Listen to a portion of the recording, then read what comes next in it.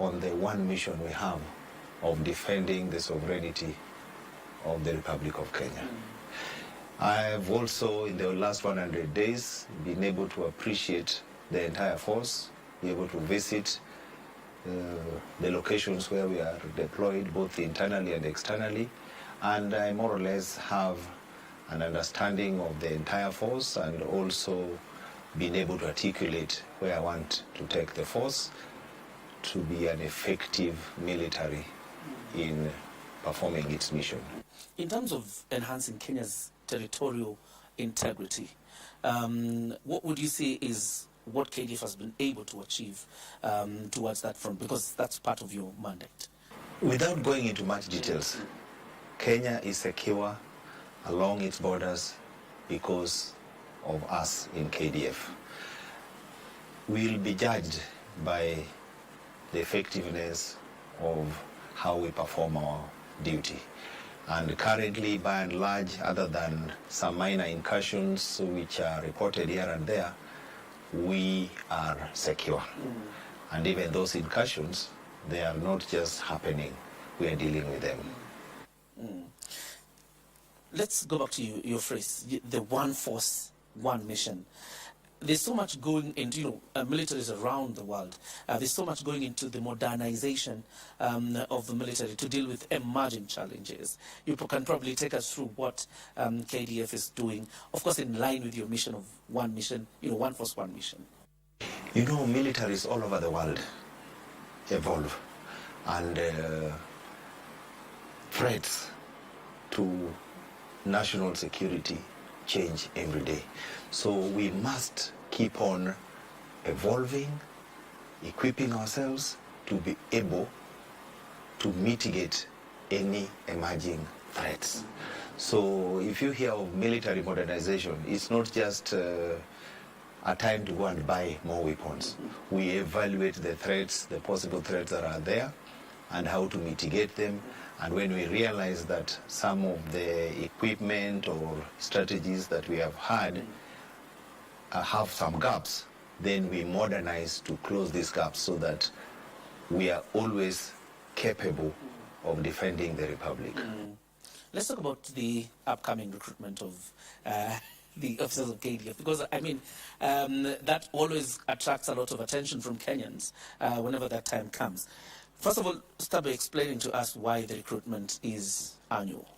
The military has a role, and to be able to perform this role, you require resources. The first and most critical resource is the human being. You need people, you need equipment, you need all kinds of resources. Now, we have a certain level of force, but as you know,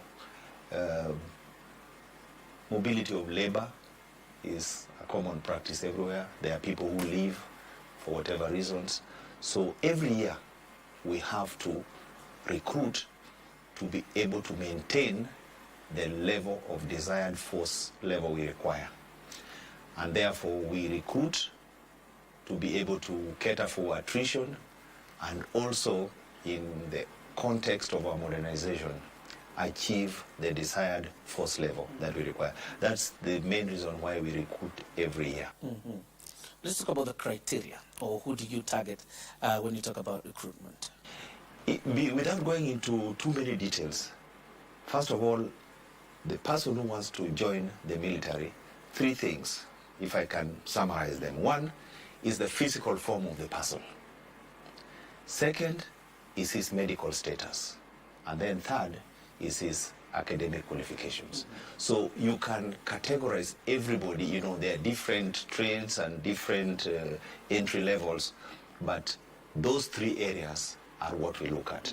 Now each area has detailed specifics, which if you read our advert, we clearly elaborate. If you want to join as a serviceman, if you want to join as a tradesman, if you want to join as a specialist, if you want to join as an officer cadet, all those various entry levels, the specifics are clearly tabulated. Under your leadership, you've put emphasis on the online submission of anybody who wants, to participate in this process. Why online? There are some which we are getting applications online, and there are some which we are going into the field. The online ones, actually, there are only two categories. This is the servicemen who are joining in as tradesmen. Now, you realize when we go to the field, the time is so short, you cannot scrutinize all the qualifications and the trades that this person has done. So we want him to submit all those online, so there's enough time to scrutinize all those details, so that by the time he comes for the interview, we know who we are getting. That is why we do online for tradesmen. Same as specialists. You know, specialists, you've done so many other courses. So the online will enable us to have enough time to go through all your credentials. The others who we only need your age, physical status, and your education, we do it in the field. So the general servicemen, we do it in the field. GSO officers, we do it in the field. GSO officer graduates, we do it in the field. So that's the main reason why we have some online and some in the field. This recruitment attracts a lot of attention. And part of it, General, is the tag that it's a corrupt process. You know, there are those who say you have to fork as much as 700,000 shillings to get a recruitment letter. We've had this, you know, we've had people posting in Facebook that KDF is corrupt. It can't be that. This, we have put measures in place to warn everyone. Recruitment is free, and we want those who want to join because they're interested in serving in the military. Now, when I hear that somebody is paying 700 to join, honestly, as a CDF, I wouldn't want a soldier who has paid his way into the service. How will he serve? How will you defend your country if you've already paid 700,000 to join? This is not acceptable. But that said, we have warned every Kenyan that recruitment is free, and anybody who is soliciting money, you report. And we even provided a line to report anybody who is soliciting money. So every Kenyan with a mobile phone has received a message either through Safaricom or Airtel or Telecom. Yes, yeah. That warn them this recruitment is free.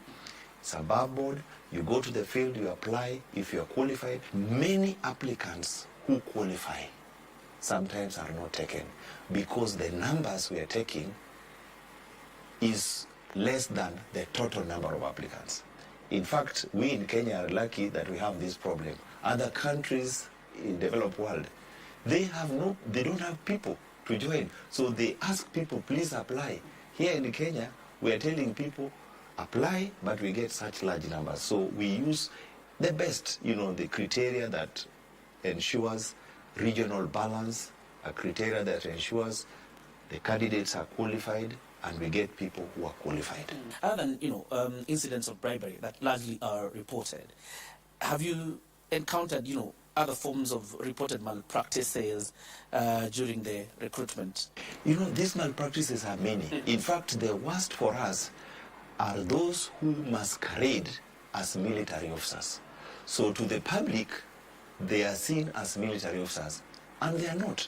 In fact, in this current recruitment, there's a case which is being investigated of a civilian, a fraudster, who was showing people his photo that he's in a military uniform and is a general, until it became suspicious when it got to us.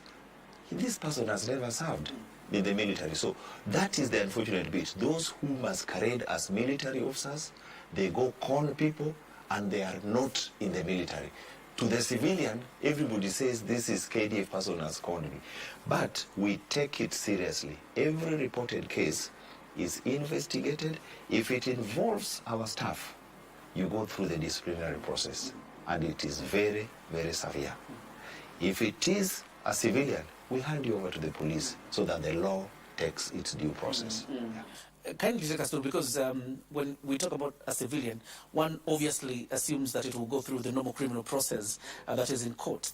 But for a person within the KDF ranks, what exactly happens to them? Because you talk about a process, but what exactly happens to them, and how many cases have you been able to deal with? Several cases. For example, in the last recruitment, those who are involved in recruitment malpractice, many of them have been going through court martial. Some of them have been jailed. Some of them, the court martial is still going on. Some of them were dealt with summarily. We have our KDF Act, where if there's an offense, you can be charged with KDF Act, a certain section, and you are dealt with summarily. So all this, depending on the severity of the case, we use our internal processes to deal with them. And let me tell you for free, this one, there is no way you can be involved in a malpractice and it is swept under the carpet. There is a possibility, because of the vagaries, or so to say, the other effects of technology, that one is likely to fake their documents. How do you deal with that? We have officers on ground who check those documents, and sometimes when they are fake, they can tell. But even if you try to fake it to the extent that it is not detectable in the field, once you join, every document is verified, from ID, from certificates that you submitted, and however long you'll have served, even if it is 1 year, you will be arrested and you'll be taken through the due process. And this goes on every year. And I want to warn Kenyans, if you have a fake certificate, please don't appear in the field or don't even submit your applications, because we will find out. Why probably people go to the extent of faking these documents is because once I have my foot, inside KDF, the rest will sort itself out. Are there instances when, even when you have a calling letter, you're likely to be turned back? Yes, many times. If you have, you see, for example, even if you have a calling letter from the field, and one of the criteria was not met, for whatever reason, a separate group of people you are going to undergo the checks again when you report. If anything is not meeting the required standards, you will still go home, even if you have a genuine letter. So if you have anything fake, for example, something was not seen, maybe by mistake, and you report, we'll still take you through the verification of your documents and medicals, and if any is found to have fallen short, unfortunately, we'll still send you home. For the recruits, before we talk about the ones in active service, there's a perception out there that, KDF is a male-dominated field. So for the female recruits who want to join KDF, what would you tell them? We have a gender policy. In the early 70s or early 80s, you're aware, the women were separated. We had the Women's Service Corps and then the mainstream military. But sometimes in the late 90s, the women got integrated into the service. We have developed a gender policy. We've moved, and currently we're at about 17%. So ladies want to join the military. There are several opportunities for them to join. We want to progressively increase it, but as you are aware, sometimes the demand of military service can be very, very strenuous. So those who want to join and are able, we take them on board. We really can't discriminate that you're a lady. If you're qualified, we have several. In fact, ladies in our military, up to higher levels, we have General Ahmed, you're aware, who is in college. Our chief of legal is a lady. Even this communication is headed by a lady, Brigadier Kyoko. So there are opportunities where ladies excel in the military. Those are the opportunities, the ones in active service. As an institution advancing public good and the interests of the Republic of Kenya, how are you faring in terms of advancing the 2-thirds gender principle in the military? We are moving towards it. I cannot say we have reached it. We are moving towards it. But we can't force ladies to join, telling them that, you must come so that we meet this requirement. It's a voluntary service. We accommodate those who want to come. But world over, the challenge of deployment. I remember one time when I was talking to a senior person in one of the developed countries, the challenges of managing different genders in the battlefield the reality is that challenge is there. And so we balance and see, you know, the ladies who want to come in, we invite them. But sometimes, you know, I don't want to say restricting, but there are certain times when we can say, you know, we're going to deploy people in this area, but we become sensitive to gender by virtue of the exposure that they are going to be exposed to. Yeah. What is your message to recruits who are watching you tonight? First of all, I want to appreciate every Kenyan who would like to join the military, because we need them. We need people who are passionate, who want to join the military. So anybody who has an interest in joining the military, we appreciate you and you are most welcome. All that we tell you is come, present yourself, go through the process. If you qualify and you're taken, come on board.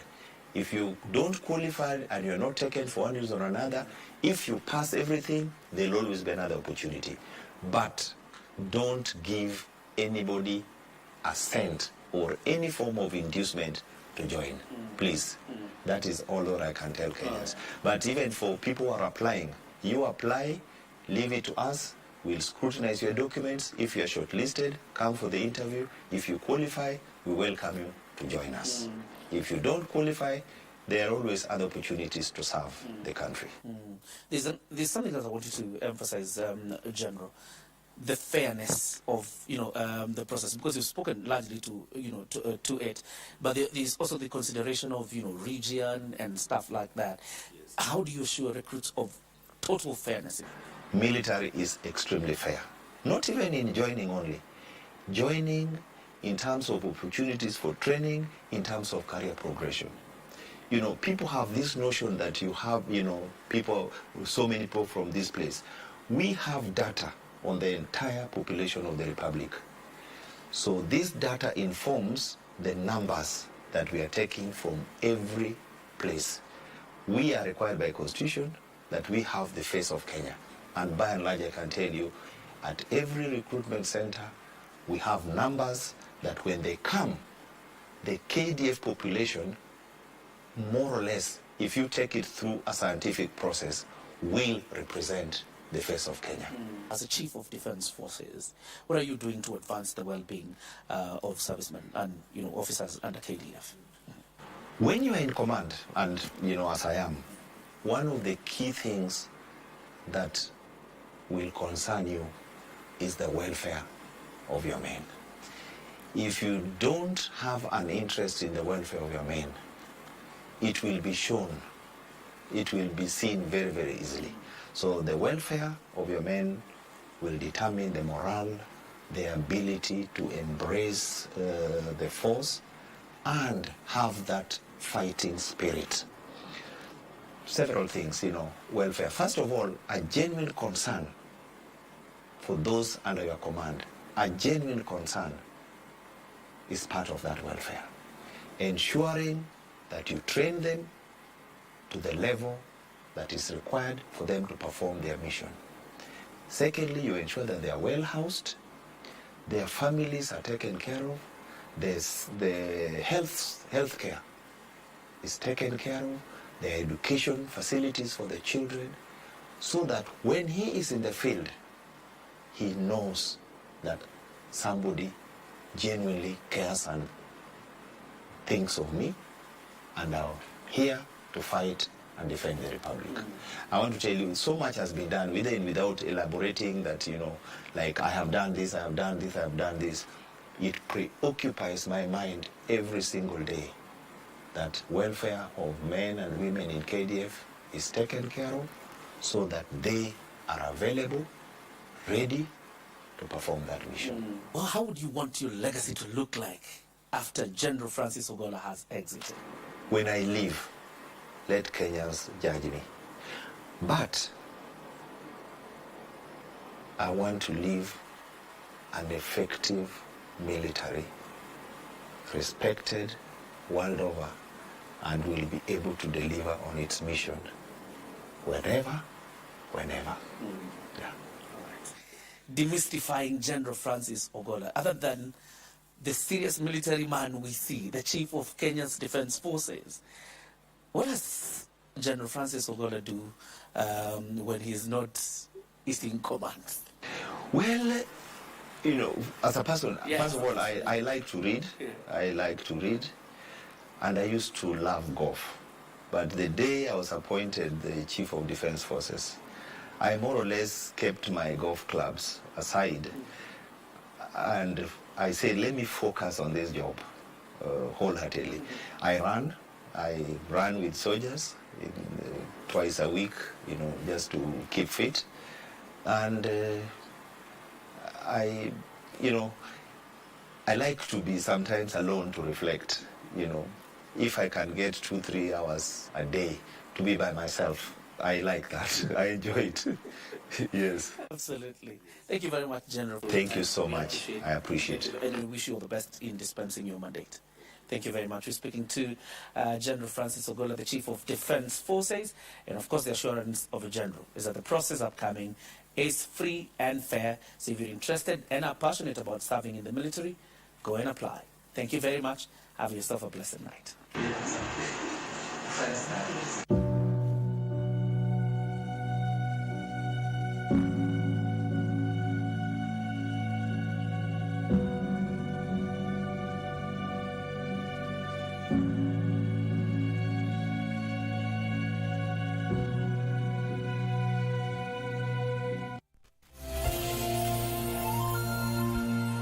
KASNEB, your gateway to a world of possibilities.